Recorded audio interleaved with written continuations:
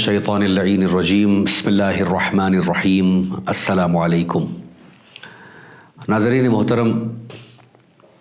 ہم آپ کی خدمت میں ایک نہایت ہی اہم موضوع لے کر آئے ہیں، جس پر انشاءاللہ مختلف ڈائمنشن سے اور مختلف ایپیسوڈز میں آپ سے بات جاری رہے گی۔ اس پروگرام کا جو ٹائٹل ہے وہ ہے اہل بیت اطہار علیہم الصلاۃ والسلام اور سائنسی حقائق۔ اس سے قبل کہ ہم لوگ آج کے اس موضوع پر ڈسکشن کریں، یہ بتانا ضروری سمجھتا ہوں کہ محمد و آل محمد علیہم السلام کے اقوال، ان کی سینگس، ان کے خطبات میں جا بجا سائنسی حقیقتیں، کائنات کے راز سے پردے ہٹائے گئے ہیں۔ محمد و آل محمد علیہ السلام نے خلقت کائنات پر، خلقت انسان پر، خلقت حیوانات اور مخلوقات پر اور دیگر بہت سی باتوں پر لوگوں کی علم میں اضافہ کیا، ان کی معلومات میں اضافہ کیا، ان کی اس علمی پیاس کو بجھایا کہ جو وہ کہیں اور سے نہیں بجھا سکتے تھے، اس لیے کہ یہ ہستیاں اللہ کی طرف سے پڑھی ہوئی ہیں، خدا کا دیا ہوا علم رکھتی ہیں، کائنات کی حقیقت سے واقف ہیں، اور یہ ہدایت کے لیے آئیں اس کائنات میں تاکہ انسانوں کو ہدایت دیں ان کے خالق کی طرف۔ آج ہم جس موضوع کو آپ کی خدمت میں لے کے آئے ہیں وہ ہے بگ بینگ کا موضوع، اور یہ ایک ایسا ورڈ ہے کہ جس کو تقریباً سبھی نے سنا ہے، ایک بہت ہی بڑا دھماکہ جو کائنات کی ابتدا اور خلقت کی طرف انسان کو لے جاتا ہے کہ آخرکار یہ کائنات پیدا کیسے ہوئی، اس کائنات کا اوریجن کیا ہے، اس کا پوائنٹ آف اوریجن کیا ہے۔ تو بگ بینگ کی جو تھیوری ہے وہ کافی مضبوط ہے اور کریشن آف یونیورس کو سمجھنے میں کافی بینیفیشل اور یوزفل ہے۔ بگ بینگ کی تھیوری یہ کہتی ہے کہ کائنات ابتدا میں جو اس کی سب سے آپ کہیے کہ ابتدائی جو شکل ہے وہ ایک ڈینس ماس ہے کہ جس میں میٹر، ٹائم، انرجی، اسپیس آپس میں گتھے ہوئے ہیں، اور یہ اتنا ڈینس میٹر ہے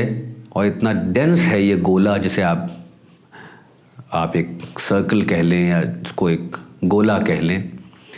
کہ اس کا ٹیمپریچر بہت زیادہ ہے، اور پھر اس کے اندر ایک بہت بڑا بینگ یا دھماکہ ہوتا ہے، اور اس دھماکے کے سبب یہ جو کائنات نہایت ڈینس ہے اور نہایت چھوٹی تھی، یہ پھیلنے لگتی ہے، اور اس کے اندر اب سائنٹیفک قانون لاگو ہوتے ہیں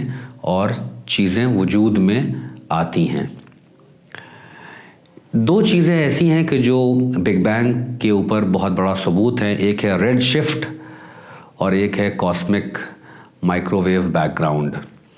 دونوں یہ جو کانسیپٹس ہیں یہ بتاتے ہیں کہ کائنات کی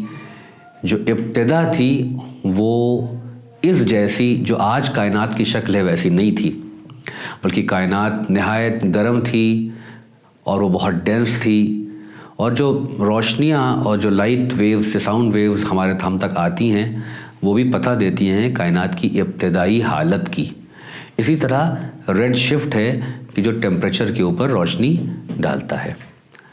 یہ تو ہو گیا بگ بینگ، لیکن کیا قرآن مجید میں بھی اس کا کوئی سراغ ملتا ہے، کوئی اشارہ ملتا ہے؟ تو اگر آپ قرآن مجید کی آیتوں میں غور و فکر کریں تو مختلف آیات میں اللہ نے خلقت کائنات پر روشنی ڈالی ہے۔ میں آپ کی خدمت میں ایک آیت کریمہ پیش کرتا ہوں جس میں اللہ کہہ رہا ہے، یہ سورہ انعام آیت نمبر 101، کہ وہ اللہ سارے آسمان اور زمینوں کا بنانے والا ہے، اس کے بعد سورہ زاریات آیت 47 میں اللہ کہتا ہے کہ آسمان کو ہم نے اپنے زور سے بنایا ہے اور ہم ہی اسے وسعت اور پھیلاؤ دیتے جا رہے ہیں۔ اس کے بعد سورہ انبیاء آیت نمبر 30 میں اللہ کا ارشاد ہوتا ہے کہ جو لوگ اللہ کے وجود کا انکار کرتے ہیں اور ایک خالق کو نہیں مانتے ہیں، کیا وہ اس پر غور نہیں کرتے کہ آسمان اور زمین دونوں آپس میں ایک تھے، پھر ہم نے انہیں الگ کیا، ہم نے ہی ہر جاندار کو پانی سے پیدا کیا ہے، کیا اب بھی یہ لوگ ایمان نہیں لائیں گے؟ سورہ انبیاء آیت نمبر 33 میں غور کریں تو وہاں یہ ارشاد ہو رہا ہے، اور وہی اللہ قادر مطلق ہے جس نے رات اور دن، سورج اور چاند کو پیدا کیا کہ یہ سب کے سب آسمان میں تیرتے ہوئے گردش کر رہے ہیں۔ اگر آپ ان آیتوں میں غور کریں تو آپ ان میں سے بہت سے نتیجے ڈیرائیو کر سکتے ہیں۔ اللہ خالق کون و مکان ہے، خالق یونیورس ہے، خالق کاسموس ہے،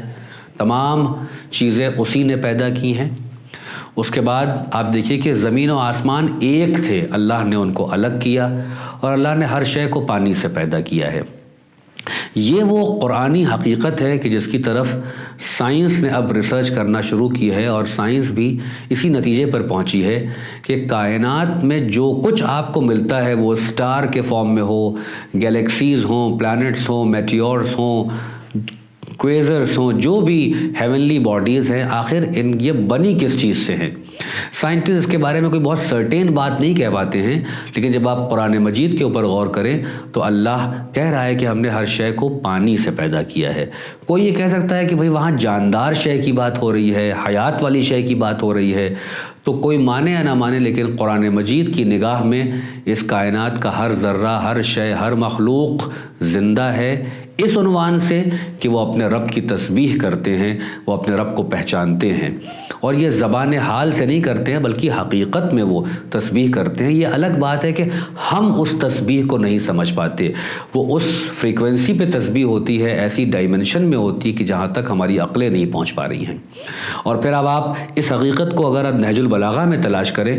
تو حضرت علی علیہ السلام کا جو پہلا خطبہ ہے اس میں بھی حضرت نے یہی ارشاد فرمایا کہ اللہ نے پانی کو پہلے پیدا کیا، ایک اتھاہ گہرا سمندر ہے پانی کا، پھر اس پانی پر ہوا کو چلایا، اور اس ہوا نے اس پانی کو متھا جس سے جھاگ بنا، اور اس جھاگ سے جو ہے اللہ نے پھر کائنات کو بنایا ہے۔ اسی طرح جب آپ امام جعفر صادق علیہ السلام کے قول کی طرف آئیں گے تو مولا کہتے ہیں کہ اللہ نے کائنات، جو ابتدائی کائنات تھی، اس میں اللہ نے اس کو ایک ذرے کی شکل میں پیدا کیا، پھر اس ذرے کو ڈیوائیڈ کیا دو پولز میں، ایک نیگیٹو تھا ایک پازیٹیو تھا، دونوں اپوزٹ پولز تھے، پھر اللہ نے اسی ذرے سے مختلف ذرات کو پیدا کیا اور کائنات کو وسعت دینا شروع کر دیا۔ ایک طرف ہوا اور پانی ہے، دوسری طرف ایک ذرہ ہے کہ جس کے ذریعے سے کائنات کا وجود بن رہا ہے۔ یہ بالکل ایسے ہی جیسے ہماری خلقت ہوتی ہے کہ ہم ایک سیل سے مختلف سیلز ڈیولپ ہوتے ہیں، یہاں تک کہ پورا جسم ڈیولپ ہو جاتا ہے۔ تو یعنی اس ایک ذرے سے یہ پوری کائنات اللہ نے ڈیولپ کر دی ہے۔ اب آخری بات اس ایپیسوڈ میں کہ خلقت کائنات پر جب ہم غور کرتے ہیں تو قرآن مجید میں فی ستت ایام آیا ہے، 6 دنوں میں پیدا کیا۔ اس کا ترجمہ اگر ہم گہرا ترجمہ دیکھیں تو یہ 6 مراحل میں، 6 سٹیجز میں یہ کائنات وجود میں آئی ہے۔ یہ ایک دن جسے ہم اپنا دن سمجھ رہے ہیں، جب آپ کائنات میں غور و فکر کرتے ہیں تو وقت جو ہے اس کی حالت تبدیل ہو جاتی ہے جب آپ یونیورس میں چلے جاتے ہیں، کاسموس میں چلے جاتے ہیں۔ قرآن مجید نے اس کی طرف بھی اشارہ کیا ہے کہ ایک دن 50,000 برس کے برابر بھی ہے، اور کبھی کبھی جو ہے وہ 1000 برس کے برابر بھی ہے۔ تو 50,000 زمینی سال کے برابر آسمان کا اور اس کاسموس کا ایک دن ہے۔ جب آپ اس کو اور آگے بڑھائیں گے تو مختلف جگہوں پر وقت اور بڑھتا چلا جاتا ہے۔ لہٰذا اللہ یہ کہنا چاہ رہا ہے کہ ہم نے کائنات کو 6 الگ الگ سٹیجز میں پیدا کیا ہے، اور ہر سٹیج کئی ہزار یعنی لاکھ سال تک کی بھی ہو سکتی ہے، جو موجودہ سائنس بھی کہہ رہی ہے کہ بلینز آف ایئرز ہو گئے ہیں اس کائنات کو بنے ہوئے یہ بہت گرم تھی، پھر ٹھنڈی ہوئی، پھر اس کی مختلف شکلیں ہوئی، یہی قرآن مجید بھی کہہ رہا ہے اور یہی کلام معصوم علیہ السلام میں ہم کو نظر آ رہا ہے۔ چنانچہ ہم دیکھتے ہیں کہ یہ جو بگ بینگ ہے یہ مطابقت اور ریلیونس رکھتی ہے قرآن مجید سے بھی اور کلام معصوم سے بھی۔ انشاءاللہ ہم اگلے ایپیسوڈ میں مزید گفتگو کریں گے اور کسی ٹاپک پر۔ آپ چینل ون دیکھتے رہیے۔ والسلام علیکم ورحمۃ اللہ وبرکاتہ۔